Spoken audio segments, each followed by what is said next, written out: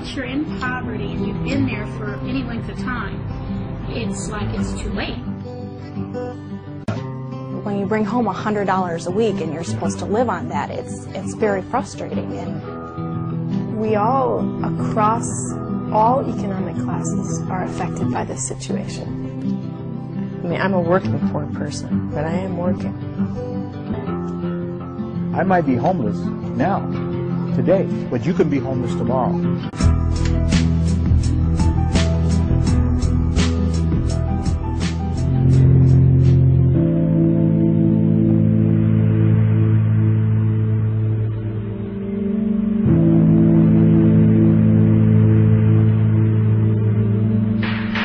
The notion of pitying the poor, which is a predominant notion, and it gives a sort of false security when you can say, well, those people over there are poor because some fault or some inertness or ineptness on their own.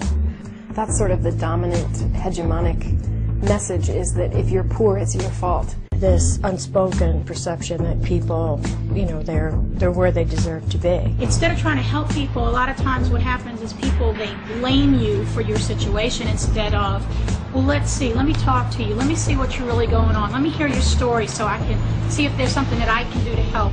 For some reason, they didn't do what I've done. I've worked hard.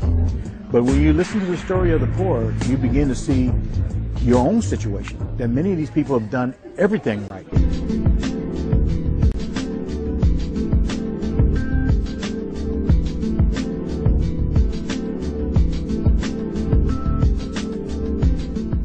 My name's Pat Shea, and I live in Ithaca, New York, and have for many years. Right now I'm doing informal daycare. I work 5 days a week usually. Oh, whoops, you're right. The pay is, it's pretty minuscule. $90 per week figures out to be, what, about $3 an hour. That's half of what minimum wage is, I think, at this point. I wish I had a safety net. I don't want to be a burden on my daughter. And she, you know, she's like, oh, don't worry about it. You know, in a couple of years things are going to be okay. And, you know, when she's finished with law school, and it was never my intention to be dependent on her or anybody else for that matter.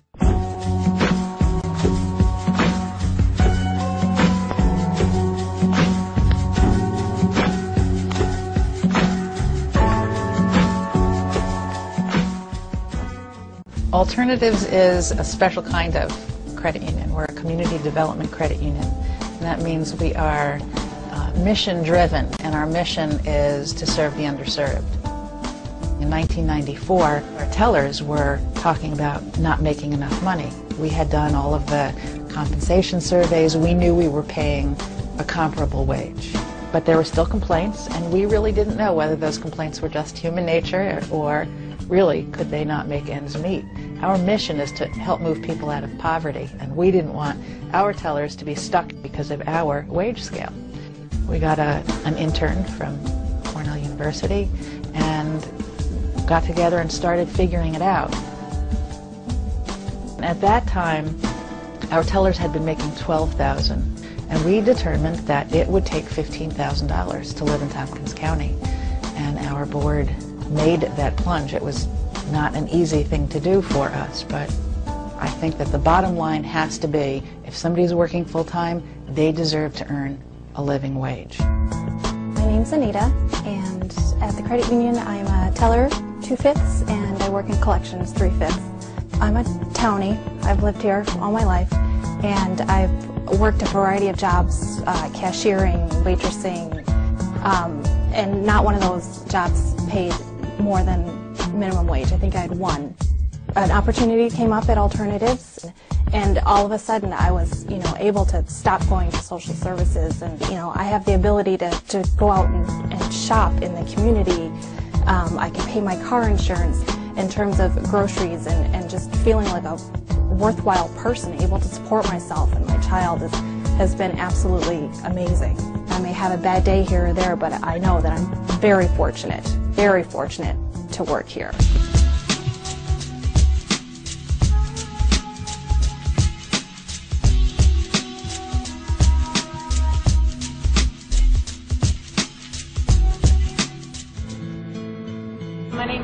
John Bannister, and I have two special needs children. One is 21 years old now. The other one is going to be 14 in July. You get tired of telling your children no, and they get tired of hearing it, and then they explode. I mean, especially if you have children that have disabilities like mine. Not everybody that is in poverty wants to be there and is lazy and doesn't want to work. That's a myth that needs to be addressed because there's too many people that believe it and they don't even have the facts to back it up. I was working 2 jobs and I was working double shifts. I mean, I was willing to do just about anything. I mean, you know, it didn't matter what I did, I couldn't get out of. So here I sit in the exact same position as I was since 1980, still trying to get out of poverty, still trying to help other people stand up for their own rights, and it's depressing.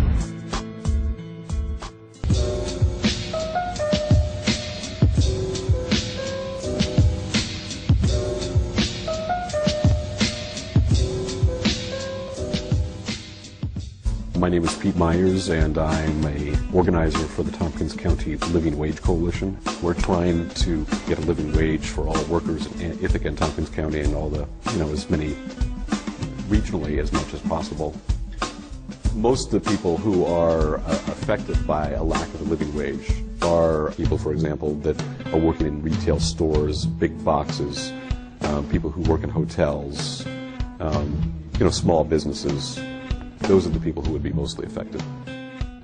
One of our most successful campaigns at this point has been a campaign with the Ithaca paraprofessionals. Paraprofessionals are teachers' aides and teaching assistants in the schools.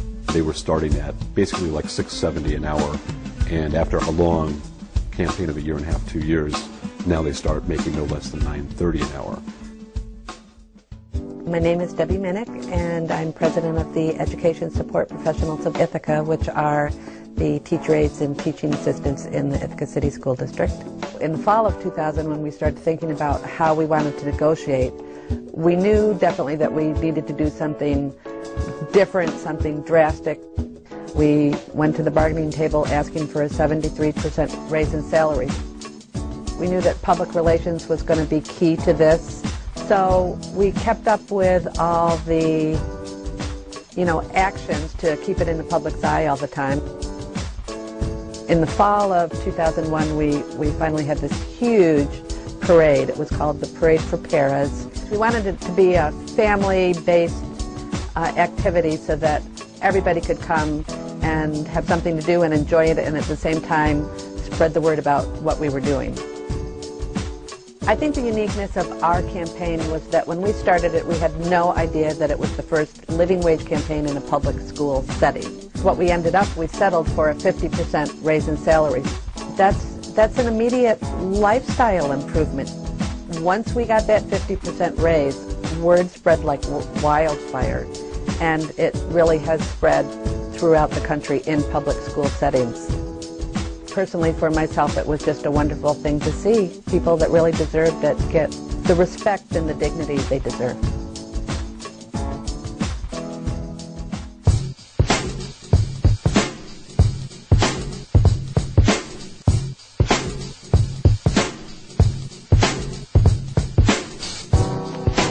I think it's very important that people see what's happening to the segment of the society that's been impoverished and downsized as a mirror of their future situation.